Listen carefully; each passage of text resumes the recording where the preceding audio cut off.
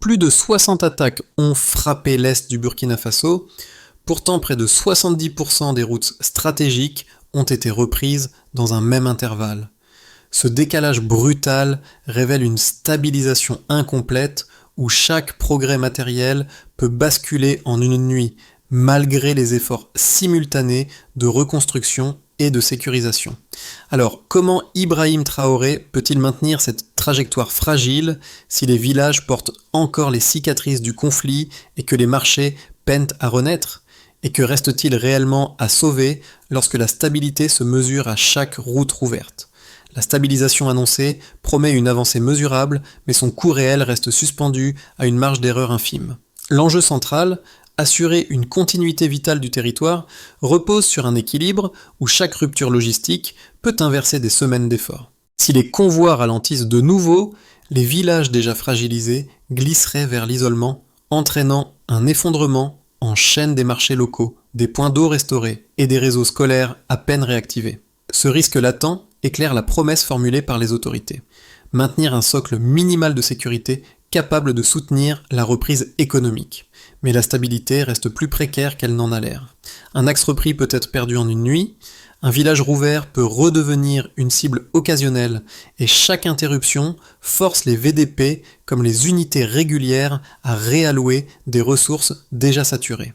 Que se passe-t-il lorsque la reconstruction dépend davantage du temps que de la force militaire ? C'est cette ligne de crête, étroite et instable, qui définit la portée réelle de la promesse nationale. 60 attaques ont frappé l'est du Burkina Faso entre janvier et mars, pourtant la circulation sur près de 70% des axes stratégiques a été rétablie plus vite que prévu. C'est la première révélation. La seconde apparaît en silence. Malgré la persistance de la violence, les routes restaurées créent un glissement territorial qui modifie la géographie du risque. Ce décalage ne peut être compris qu'en suivant la chaîne de causes qui s'imbrique depuis les premières offensives. Les villages désertés ont forcé les unités régulières et les VDP à redessiner leurs lignes de défense, transformant chaque point sécurisé en pivot logistique. Les convois, autrefois bloqués pendant des jours, circulent désormais sous escorte, permettant l'acheminement d'eau, de vivres et de systèmes de communication vers les zones isolées. Cette disponibilité minimale, fragile mais réelle, réactive des marchés locaux où quelques étals reviennent et plusieurs écoles rouvrent avec des horaires réduits. Chaque amélioration matérielle, même modeste, déclenche une micro-remontée du tissu social. Dans cette dynamique, Ibrahim Traoré intervient moins comme une figure d'autorité distante que comme un catalyseur de terrain. Sa présence physique aux côtés des troupes réduit la fracture entre l'État et les communautés, créant une confiance pragmatique. Si le chef de l'État reste sur les lignes exposées, la reconstruction ne peut être perçue comme un simple slogan. Cette posture alimente un mouvement diffus où la population hésitante commence à réévaluer le rapport entre risque quotidien et possibilité de retour. Le Premier ministre, circulant dans des camps avancés comme celui de Tenko, renforce cette perception en rappelant que chaque kilomètre repris n'est pas une victoire tactique abstraite, mais un socle pour la survie collective. L'ONU signale par ailleurs une baisse de 35% des attaques, non comme une fin de cycle, mais comme une réduction de la pression territoriale qui rend certains corridors plus prévisibles. À ce stade, la question initiale trouve une forme d'écho naturel, car la stabilisation tient non à un événement spectaculaire, mais à l'enchaînement continu de petites victoires qui réparent lentement le lien entre mobilité, approvisionnement et sécurité.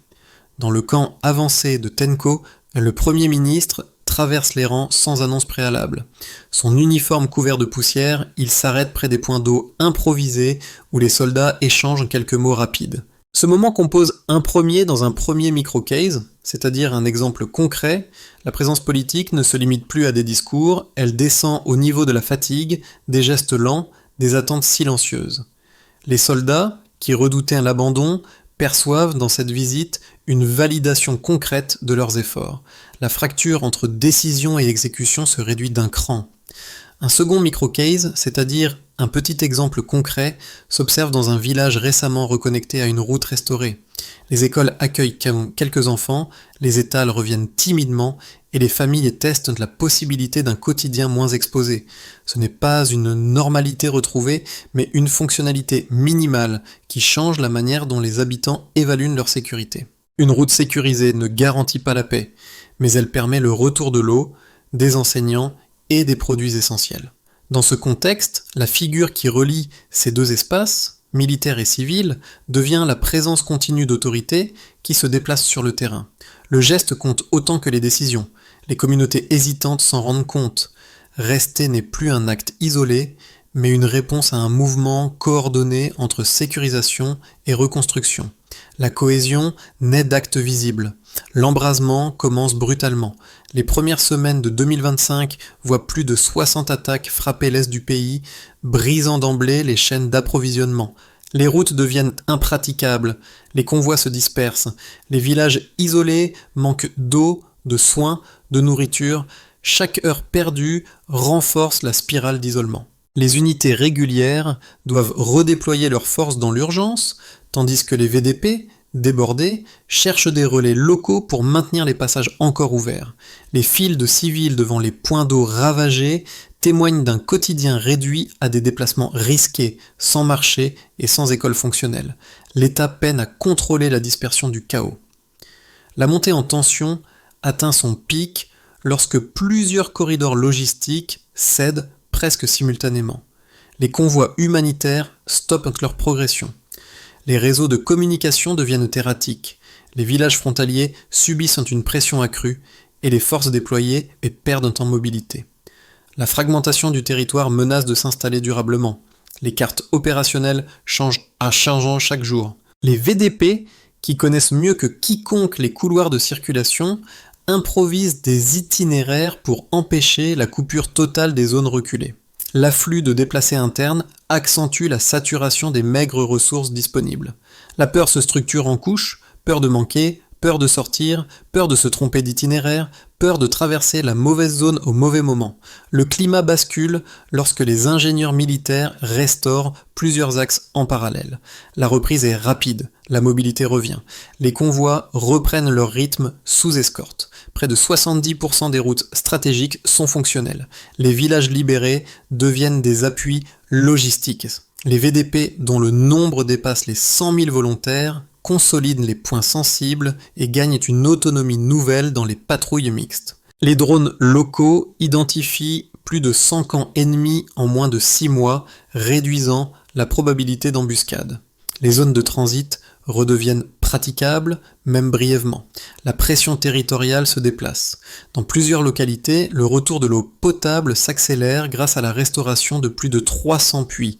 Les écoles rouvrent progressivement, 40 dans les zones les plus touchées. Chaque réouverture agit comme un amplificateur social. Les marchés reviennent quelques heures par jour.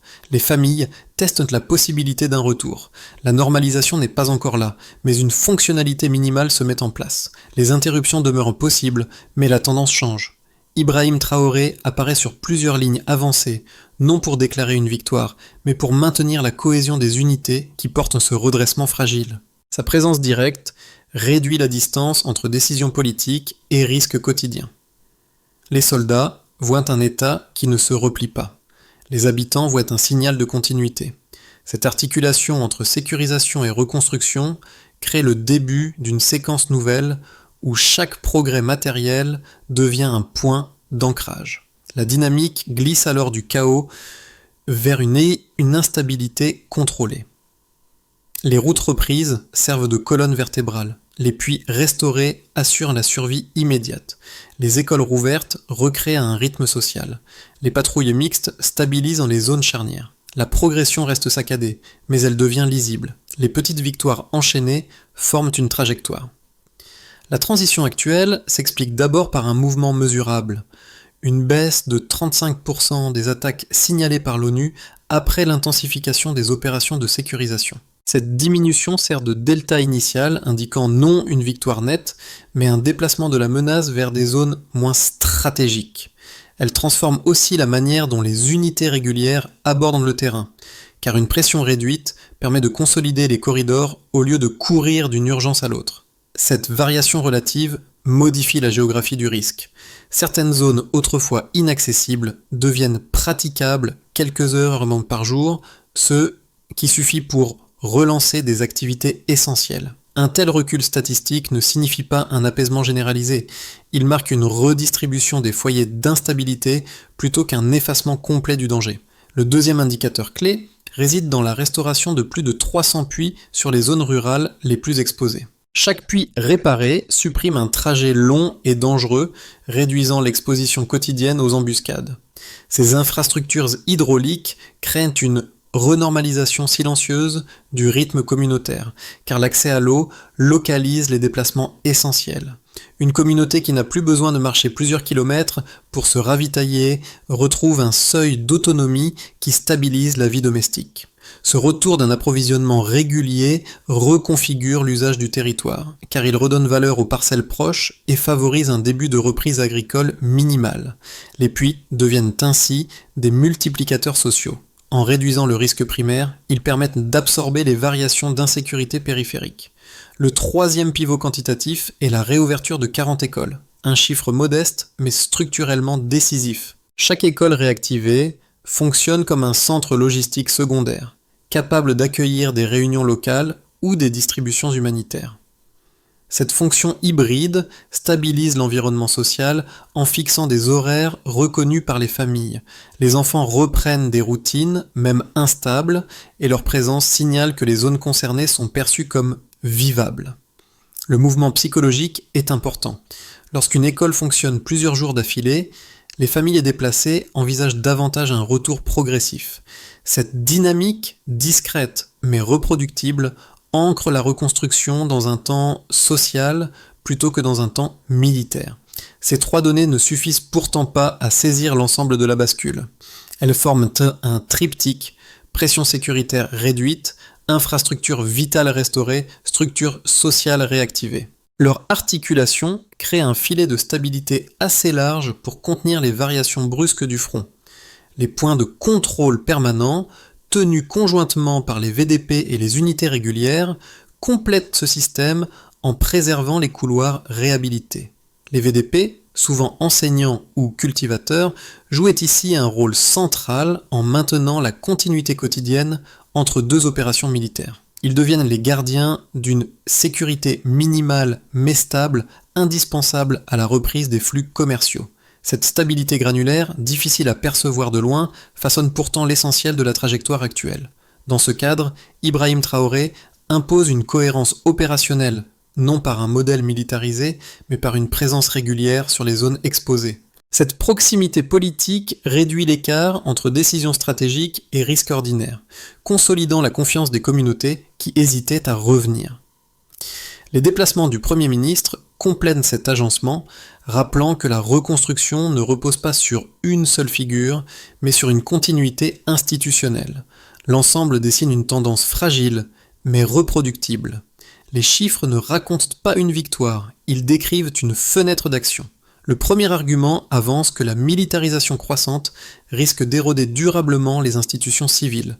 Selon cette perspective, l'extension du rôle des VDP, bien qu'efficace sur des territoires immenses et fragmentés, pourrait installer une dépendance structurelle où la sécurité locale supplante progressivement les fonctions administratives traditionnelles. Les analystes qui défendent cette thèse s'appuient sur des précédents régionaux. Dans plusieurs États du Sahel, l'usage prolongé de milices communautaires a entraîné une centralisation du pouvoir autour des réponses d'urgence, affaiblissant la capacité de gouvernance civile à long terme. Ils redoutent qu'un pays saturé par les opérations défensives peine ensuite à rétablir des institutions équilibrées et reconnues. Un second argument affirme l'inverse, en considérant la défense communautaire comme la seule réponse opérationnelle adaptée à la configuration du territoire. Les VDP, composés d'enseignants, d'agriculteurs ou d'artisans, incarnent une souveraineté locale agile qui complète l'armée régulière. Incapables seuls de couvrir un espace aussi vaste. Leur présence quotidienne, dans les villages libérés, rassure les habitants, stabilise les marchés et permet la continuité des corridors restaurés. Les drones fabriqués localement, capables d'identifier plus d'une centaine de positions ennemies en 6 mois, renforcent cette logique en réduisant les besoins en déploiement massif et en permettant des interventions plus fines. Dans cette lecture, la militarisation n'est pas un risque, mais une phase transitoire imposée par l'ampleur de la menace. La réponse la plus cohérente se situe entre ces deux pôles.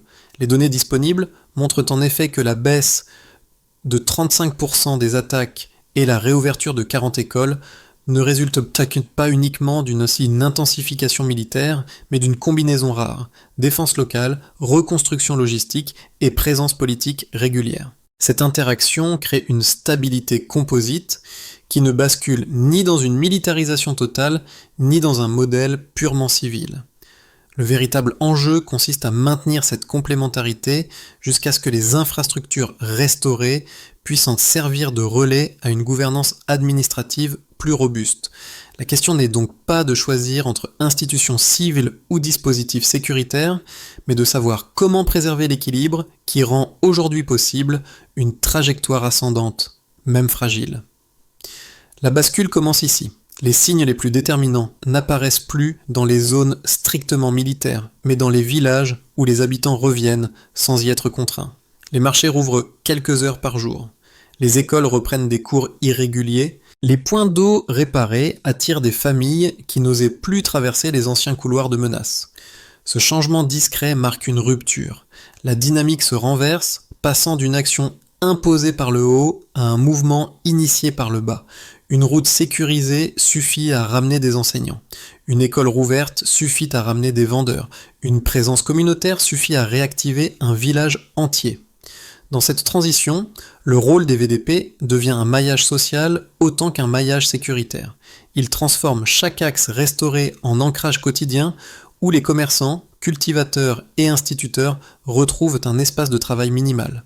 Cette matérialité nouvelle modifie l'équation du conflit. La population n'est plus un indicateur passif, elle redevient un acteur de stabilisation. Au cœur de ce glissement, Ibrahim Traoré apparaît davantage comme un stabilisateur que comme un commandant. Ses déplacements entre lignes avancées et zones civiles servent de relais entre reconstruction matérielle et autodéfense locale. La césure n'est plus militaire, elle devient sociétale. Pour ce qui concerne les citoyens, dans les zones rurales, la restauration progressive de centaines de puits modifie immédiatement les routines familiales. Les trajets dangereux vers des points d'eau éloignés diminuent et réduisent l'exposition quotidienne aux embuscades. Les 40 écoles rouvertes fixent des horaires reconnaissables, même irréguliers, ce qui redonne un premier cadre social aux enfants. Cette stabilisation locale transforme les villages. Ils cessent d'être des lieux transitoires et redeviennent des espaces habitables où les familles projettent à nouveau un avenir. Pour ce qui touche aux activités économiques, les marchés rouvrent quelques heures par jour, ce qui assure une circulation minimale mais régulière des biens essentiels. Les axes restaurés, représentant près de 70% des routes stratégiques, facilitent le transport des denrées sans que les retards logistiques n'entraînent de flambée des prix. Plusieurs petits producteurs, auparavant bloqués par l'insécurité, recommencent à écouler leurs récoltes sur des distances courtes.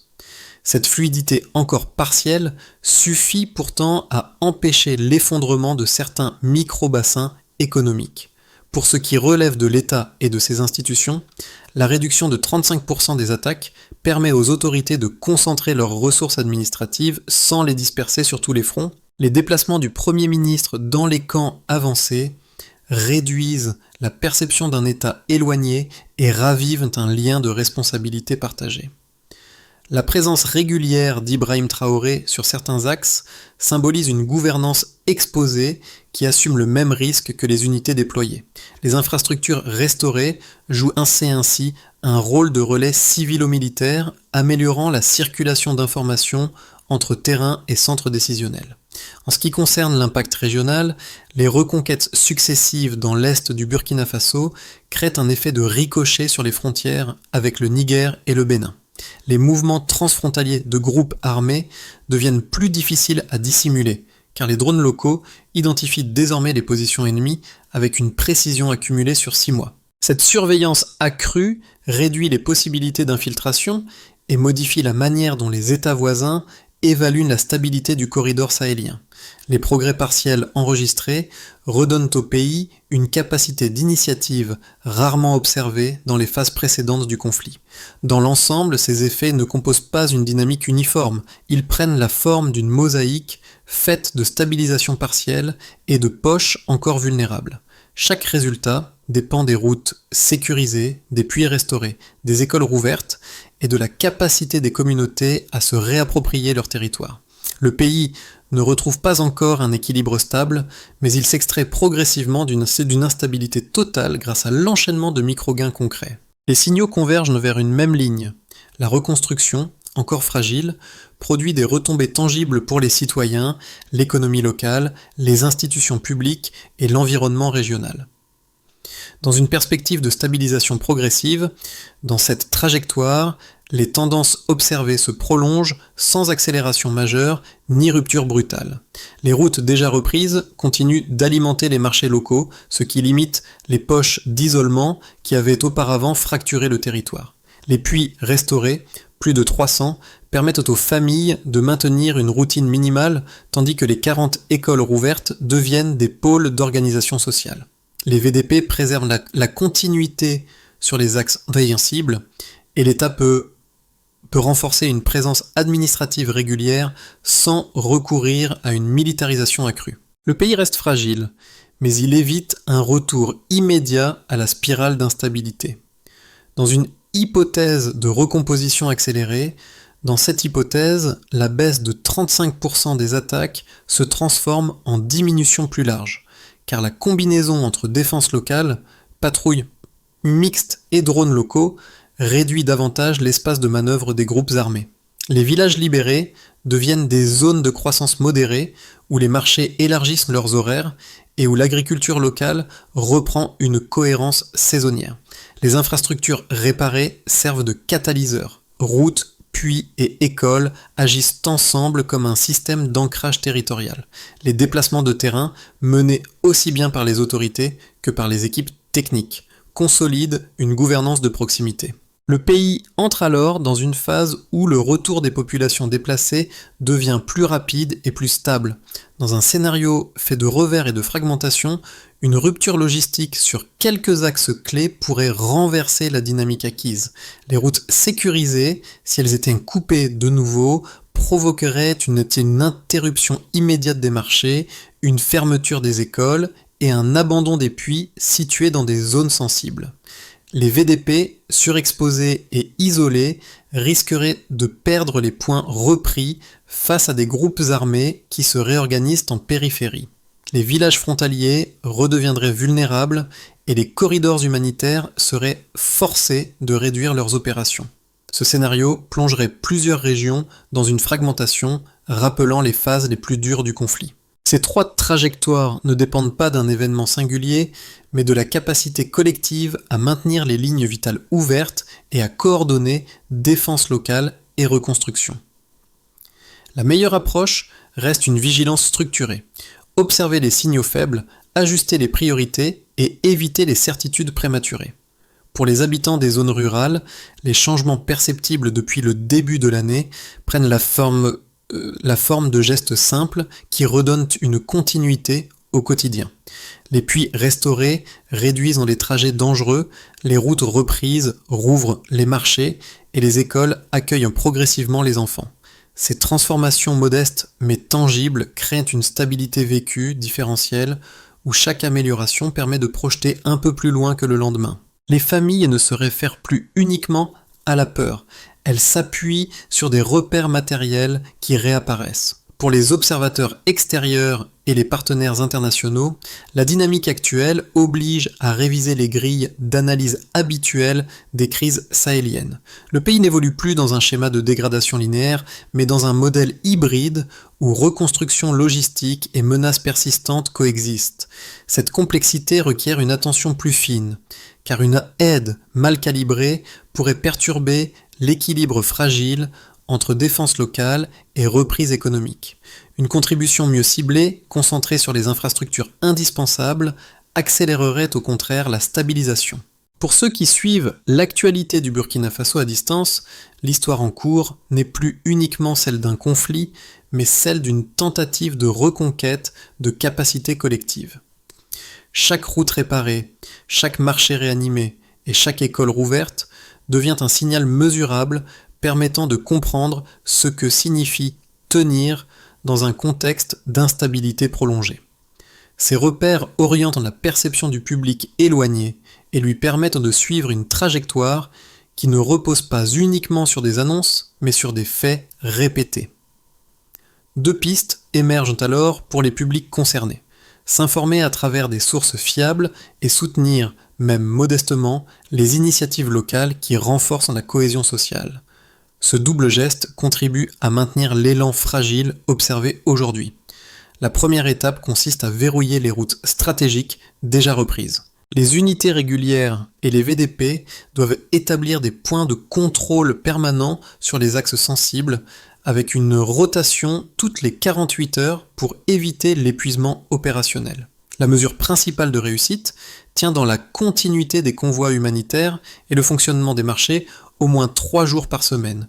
Une stabilité logistique apparaît lorsque ces deux indicateurs se maintiennent sans interruption notable. La deuxième étape vise la consolidation des services essentiels en priorisant l'eau et l'éducation. Les équipes locales doivent poursuivre la restauration des puits endommagés et étendre progressivement la réouverture des écoles déjà stabilisées. Le critère déterminant se lie dans la réduction du nombre de villages dépendant de sources d'eau externes. Lorsqu'une communauté accède à l'eau à moins de 2 km, elle retrouve une autonomie minimale suffisante pour limiter les déplacements risqués. Les écoles, quant à elles, servent de point d'ancrage social. La troisième étape concerne l'intégration civilo-militaire. Les patrouilles mixtes doivent coordonner leurs actions avec les responsables communautaires afin d'éviter les zones d'ombre favorisant les infiltrations. La progression se mesure par la diminution du nombre d'interruptions de chantier pendant les alertes sécuritaires. Plus les travaux avancent sans suspension, plus la confiance locale s'ancre dans la durée.